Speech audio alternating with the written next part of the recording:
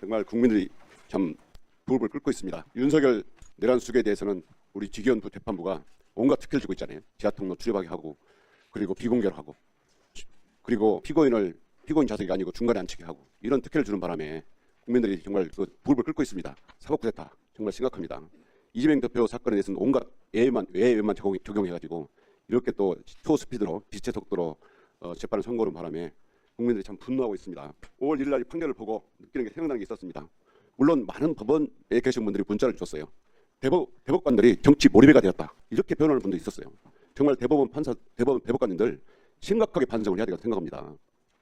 정말 직위원 판사가 탄핵을 해야 한다고 국민들이 주장할 정도로 심각하게 법원의 신뢰를 떨어뜨렸다면 이번 5월 1일 사법 쿠데타는 법원의 신뢰를 정말 땅에 묻어버렸다. 정말 내팽개친 판결입니다. 우리 차장님 동의하십니까? 차장님 혹시 제2 인혁당 사건 생각나십니까? 제2 인혁당 사건은 1975년 4월 8일 날 대법원 전원 합의체에서 판결한 사건입니다. 이 사건이 왜 문제가 되냐면 75년 2월 달에 선고되자마자 다시 한 달 보름 만에 대법원이 딱 하루 전원 합의체에서 심리를 하고 바로 선고까지 했습니다. 선고 내용이 8명 사형 선고입니다. 대법원이 사형 선고 확정하자마자 그 다음 날 새벽 4시에 8명을 사형 집행합니다. 이 법원에 근무하는 분들이라면 누구나 인정합니다. 법원 사법 역사상 가장 최악의 판결이라고. 저는 어제 이 대법원이 한 조희대 대법원장이 내린 이 이재명 공직선거법 위반 판결 제2의 인혁당 사건이라고 생각하고 정말 수치스럽게 생각한다고 생각합니다. 7만 쪽이 된다고 그러는데 이 7만 쪽을 읽으려면 며칠 걸리는지 아십니까? 한 사람이 8시간씩 읽어도 100일이 넘게 걸려요. 이 기록을 다 읽으셨다고요? 공보자를 보니까 공판 기록을 기초로 했다고 돼 있어요. 저는 이 기록 안 읽었다고 봐요. 사람이면 이 한 달 만에 다 기록하고 그다음에 전원합의에 넘긴 지 9일 만에 판단할 수가 없는 거예요. 자, 왜 이재명 공직선거법 위반 사건은 전압에 넘겼습니까? 사회적으로 중요한 사건이라서 그런 겁니까? 그럼 저도 대법원에서 사건이 있습니다. 2년째 재판하고 있어요. 소부했습니다. 이러면 국민들이 모두 우리 사건도 전압에 넘겨서 해달라고 그러면 어떻게 하실 겁니까? 제 사건도 제 관련된 검사들이 많이 있습니다. 그 사람들이 판결을 기다리고 있어요.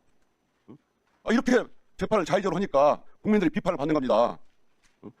이거는 대법원이 작심하고 선거에 개입한 것이고요. 인혁당 사건처럼 예만 적용해가지고 하루에 이틀 만에 심리했지만 결국 7만 쪽이 되는 기록을 잠깐 심리하고 정말 빛의 속도로 판결을 내려가지고 국민들이 지금 선거가 한 달도 안 나는 시점에서 국민들이 배심원으로서 판결을 해야 한다고 생각하는데 법원이 그 사법부를 일으켜가지고 재판에 간섭하고 국민들의 재판 리더 선임권 대통령 투표권을 죽여버린 겁니다. 이건 제2의 인혁당 사건보다 더 심각한 것입니다. 인혁당 사건은 유신 독재 권력에 굴복한 것이지만 이건 법원이 자원해서 한 거예요. 이러니까 법원이 내란 세력 동일했다 비판을 받는 거고 사법 쿠데타를 일으켰다는 비판을 받는 겁니다. 법원이 할 말이 없어요. 오직하면 내부에서조차 저한테 부끄럽다는 얘기를 하는 겁니다. 법원 판결문에 이런 반대견 중에 감동적인 것이 있어 보여드리겠습니다. 대법원이 선거의 공정성을 내세워 허위사실 공표죄 적용 범위를 넓히는 해석 방향을 제시하는 것은 민주주의 발전의 역사를 후퇴시키는 퇴행적 발상이다. 특히 이와 같은 해석 방향이 검사의 기소 편의지와 결합할 경우 민주주의 정치와 법원의 정치적 중립성에 가해지는 위험은 심각할 수 있다. 정말 위원장도 말씀하셨지만 다수견보다 소수견이 더 페이지가 많지 않습니까? 이건 이례적이잖아요. 정말 윤석열 12.3 내란도 실패했지만 정말 이번 법원의 5월 1일 사법 쿠데타도 성공할 수가 없습니다. 왜냐하면 국민들은 다 알아요. 법원이 어떤 건수를 부렸는지. 죄다 윤석열이 임명한 재판관들이 다수견을 냈지 않습니까? 그렇기 때문에 국민의 비판에 저항에 직면해서 이번 쿠데타는 반드시 실패하고 법원 개혁의 비판에 직면할 것이다. 간첩 조작 사건이 있었습니다. 재심을 통해서 다 무죄로 밝혀졌습니다. 그때 검찰의 공소장과 판사의 판결문이 일치한다. 검사의 공소장을 보고 베껴서 판결문을 쓴 부끄러운 역사가 있었습니다. 법원의 흑역사입니다. 알고 계신가요? 이를 질타하는 한 전직 판사의 글을 잠깐 읽어드리도록 하겠습니다. 법관들이 언제부터 권력의 눈치를 보지 않고 자유롭게 재판할 수 있게 되었습니까? 1970년대나 80년대는 검사가 건네주는 쪽지를 보고 독재 정권 입맛에 맞게 그대로 판결하는 법원이었습니다. 고작해야 1990년대 민주주의를 위하여 자기 한몸 바쳐온 수없이 많은 사람들 덕분에 이렇게 달라졌습니다. 요즘 진보 성향 판사들이 뭔가 있는 척하며 타는 목마름으로 같은 민중가요를 목청껏 부르는데 그 사람들이 모르는 것이 있어요. 법관들은 민주주의를 위하여 한 일이 없습니다. 대부분의 법관들은 동료와 선후배들이 학교와 거리와 일터에서 민주화 운동을 할 때 골방에 틀어박혀 공부만 했습니다. 판사들은 고마워할 줄 알아야 합니다. 이렇게 일갈한 전직 유명한 판사가 있었습니다. 누구냐? 이분이 문영배 재판관입니다. 문영배 재판관은 법원의 흑역사에 대해서 이렇게 질타하면서 이제라도 정신을 차려야 한다라고 강력한 메시지를 이렇게 낸 적이 있습니다. 우리 법원 판사들이 한번 되새겨볼 그런 대목이지 않은가라고 해서 소개해드렸습니다. 각자 주장을 할 수 있는 거지만 이건 같은 입법부에서 일원으로서 사법부에 침탈한다는 표현은 적절해 보이지 않아요. 지금 헌법은 국회 해산권을 없애고 국정감사를 부활시켰어요. 국회의원들이 위원회에서 발언하는 것은 어떤 것도 할 수 있어요. 주진우 의원이 파기자판이라는 말로 사법부에 압력을 넣는 것에 대해서 할 수 있어요. 민주당도 사법부의 어제 판결에 대해서 이런저런 주장을 할 수 있는 거예요. 근데 그것을 입법부의 사법부에 대한 침탈이다 이런 표현은 적절하지 않다. 적절해 보이지 않습니다. 그 단어는. 어제 대법원의 판결을 두고 일부는 이재명 후보의 사법 리스크라고 표현하는 분들이 있습니다만 제가 보기에는 대법원에 의한 사법 쿠데타다. 저는 그렇게 규정을 짓습니다. 이틀 만에 67만 페이지에 이르는 기록을 읽었다고 대법관님들이 주장한다면 그거야말로 심각한 허위사실 공표 아닙니까? 어떻게 그런 판결이 있을까요? 무슨 대법원장님이나 보수 대법관 몇 분이 민주진영의 대선 후보를 상대로 엉터리 설계도를 만들고 그 설계도에 맞춰서 이틀 만에 날림 공사를 해버렸던 이런 잘못된 사건이 아닐까 저는 그 생각을 해봅니다. 이번에 그 소수 의견을 냈던 대법관 두 분, 이웅구 대법관, 오경미 대법관 두 분이 49페이지에 걸쳐서 거의 절규하는 심정으로 다수 의견을 비판하는 내용을 써놨던데 유례가 없는 짧은 기간에 국민의 시선 속에 비치는 법원의 공정성, 심리의 충실성에 대해서는 그 신뢰가 어떻게 되겠느냐. 대법관들 상호 간의 설득과 숙고의 성숙기간도 거치지 않은 결론. 이것은 외관상 공정성에 대한 시비도 문제지만 결론에 있어서도 국민을 납득시키는 데 실패할 것이다라고 썼습니다. 오죽하면 저런 표현을 썼을까요? 죄용 법정주의나 의심스러울 때에는 피고인에게 유리하게라는 형사법의 기본 원칙도 반했다고 저런 표현을 써놓고 있습니다. 두 분의 대법관이. 그동안 대법원이 절제해왔던 그 관행을 어기고 사법의 정치와 정치의 사법화를 추구했다라는 취지로 이제 비판하지 않습니까? 이럴 수가 있는 것입니까? 이건 이승만 대통령의 정적, 조봉암 선생을 대법원이 사형 판결을 해서 사법살인을 저지른 이후에 대법원에 의한 최대 대선 개입 사건이라고 저는 이것을 규정짓고 싶은 것입니다. 어제 저는 대법원은 중대한 실수를 했다고 흑역사를 남겼다고 생각을 합니다. 국민의힘 의원들은 재판 지연 얘기를 할 때마다 나경원 의원의 빠루 사건이 국민들이 다 생각날 거니까 알아서들 하세요. 법원은 왜 그러는 겁니까 도대체? 법원이 1심이 2년 2개월 걸렸대요. 왜 2년 2개월 걸렸어요? 1심 재판하는 동안 검찰이 낸, 국민 여러분 잘 들으세요. 1심 재판하는 동안 검찰이 요구한 증인이 43명이에요. 검찰이 요구한 증인만 43명이에요. 질질 끈 게 누구예요? 질질 재판 끈 게 누구예요 도대체? 검찰이 43명하고 압수수색만 수백 번 했어요. 질질 끈 게 누구예요? 그럴 거 여기 와서 무슨 소리를 하는 거예요? 검찰은 이재명을 잡아서 난도질하려고 윤석열의 지령을 받아서 국힘당의 지시를 받아서 질질 끌어온 거예요. 증인만 43명 세워놓고 언제 어떻게 재판했다는 거예요? 더 이상 이야기하지 마세요. 그리고 법원도 확실하게 이야기하고 법무부도 확실하게 이야기하세요. 짜고 치는 공작이에요. 짜고 치는 공작. 짜고 치는 공작이에요. 짜고 치는 공작. 9일 걸렸죠. 9일 만에 이렇게 판결 나고 선고된 사례 있습니까? 없습니까? 예, 뭐 제가 알기로는 이렇게 빨리 9일 만에 된 것은 찾아보기 어려운 것 같습니다. 처음입니다, 국민 여러분. 그것도 4월 20일 전원합의체의 대법원장이 끼어들어서 조희대는 누굽니까? 윤석열의 친구 아닙니까? 윤석열의 친구 조희대 대법원장으로 임명받는 그 전후 과정 속에서 이재명 사건이 올라오면 대법원에서 선거 전에 확실하게 정리하겠다. 대통령 선거 전에 대법원으로 이재명 사건이 올라오면 꼭 먼저 처리하겠다라고 이야기했다. 윤석열에게 3시에 파기환송하고 4시에 출마를 해요. 이거 짜고 치는 고스톱 아닙니까? 이게 짜고 치는 공작 아닙니까? 어떻게 대한민국의 대법원이 어떻게 자기 위상을 잡아왔는데 윤석열의 친구 조희대 이럴 수가 있습니까?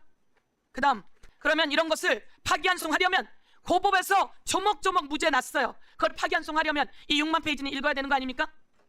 대법관들 저희가 요구했어요. 6만 페이지 다 읽었냐고. 읽었습니까? 대법관들 이 며칠 만에 6만 페이지 다 읽었습니까? 이거 사실심하려면 6만 페이지는 읽어야 되는 거 아닙니까? 안 읽고 그리고 25,000페이지는 그럼 읽었답니까?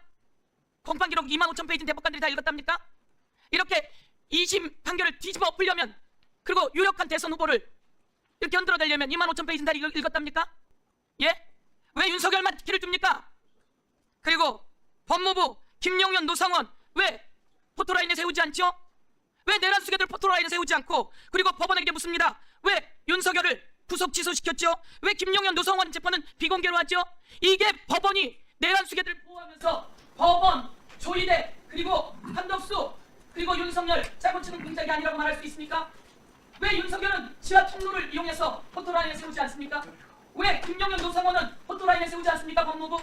그리고 왜 재판을 비공개합니까? 이게 대한민국의 비공개해야 될 재판입니까? 그리고 이재명 재판은 9일도 아니에요. 한 7일 만에 이것을 파기환송시킵니까? 이런 일이 지금 이야기하시잖아요. 대법원 사상 역사상 처음 있는 일이랍니다. 윤석열 구속 취소 역사상 처음 있는 일이랍니다. 이 6만 페이지 수사 기록, 공판 기록은 300페이지를 기준으로 소설 200권 분량입니다. 그러면 재판관들은 하루에 소설책을 20권씩 읽는 초인적인 능력을 가진 사람들이에요. 법원행정처 차장님 예. 아시겠어요? 본인 소설 하루에 몇 권씩 읽어요? 하루에 소설 20권 읽을 수 있어요? 300페이지 책 20권 읽을 수 있어요? 대한민국의 대법관들이 얼마나 능력이 있으면 300페이지 책 20권을 하루에 다 읽습니까? 참으로 희한한 일이고 참으로 희귀한 일이고 그래서 희대의 판결이라고 그러는 거예요. 참 부끄러운 줄 아셔야 됩니다. 유상범 간사님, 유상범 간사님도 검사 해보셨잖아요. 적어도 2심 판결이 무죄가 났으면 그걸 뒤집으려면 하나하나 다 읽어봐야 되는 거예요. 그 사법부 독립이 뭐라고 생각하십니까? 압력에 흔들리지 않고 헌법과 법률에 따라 양심에 따라 재판하는 것이라고 생각합니다. 예, 그 외부의 압력은 정치 권력으로부터의 독립이라고 저는 생각합니다. 국민으로부터 독립된 것은 아니겠죠. 당연합니다. 그런데 대선을 한 달 앞두고 대법원이 정치에 개입하였다고 의심을 받는 판결이 내려졌습니다. 이 판결은 선거에 영향을 미칠 것이라고 보는데 어떻습니까, 차장님? 차장님 생각은 어떻습니까? 이 판결은 지금 대통령 후보로 나온 후보에 대한 판결이기 때문에 선거에 영향을 미칠 수 있겠죠. 뭐 유권자가 판단하는데 참고할 수 있는 사항은 될 것 같습니다. 예, 영향을 미칠 수 있습니다. 그런데 이 판결은 사실상 대선 전에 확정이 어려운 것으로 보여집니다. 형사소송법상 그 상고 기간이라든가 이런 것들을 다 다 확인해 봤을 때 그렇지 않습니까? 판사 정원이 몇 분이신가요? 3,200명 예. 현원입니다. 어제 판결로 판사 3,200여 분의 명예가 무너졌다고 저는 생각을 합니다. 이 판사들이 정치적인이라는 비판에서 자유로울 수 없을 거라고 생각하고 어제의 판결로 사법의 불신이 극대화되었다고 저는 생각을 하거든요. 어제 조희대 대법원장께서 어제 판결문을 낭독하시면서 대통령 후보의 발언의 허위 사실의 판단은 국민의 인식을 기준으로 해야 된다 이렇게 말씀하시던데요.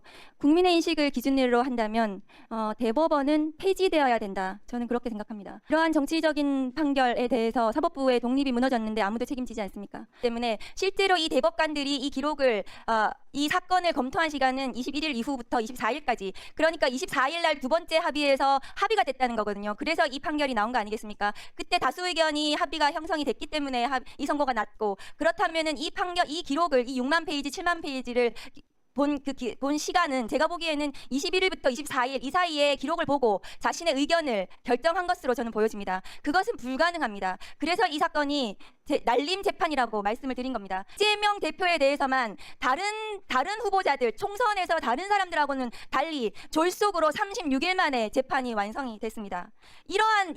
그리고 이 대통령 선거에서 당선된 대통령 윤석열 대통령에 대해서는 형사소출을 할 수가 없는데도 그 상대방인 후보에 대해서만 낙선자에 대해서만 633을 계속해서 고집했던 것은 윤석열 친구의 친구인 조희대 대법원장이 판사 3,200명을 이끌고 얼마 전 헌재 판결문을 다 보았습니다.